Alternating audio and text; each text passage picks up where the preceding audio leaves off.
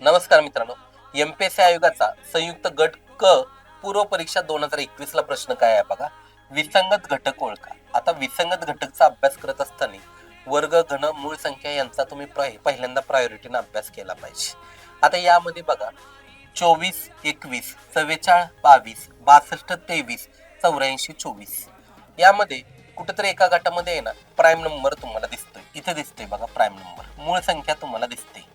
इथं मूळ संख्या मग याचा अर्थ काय होती? हाच वेगळा घटक असणार आहे. या 24 आणि 21 ला दोन्ही संख्येला कुठल्या तरी एका संख्येने भाग जातोय. 44 आणि 22 ला दोन्ही संख्येला एका संख्येने भाग जातोय. 84 आणि 24 ला पुन्हा या दोन्ही संख्येला एका संख्येने भाग जातोय. पण इथं मूळ संख्या असल्यामुळं या दोन्ही संख्येला एका संख्येने भाग जाणं शक्य नाही. त्यामुळे वेगळा घटक काय येतोय? पर्याय क्रमांक 3 हा तुमचा वेगळा घटक येतोय. अशाच नवीन प्रश्नासाठी आपला चॅनल सबस्क्राईब करा.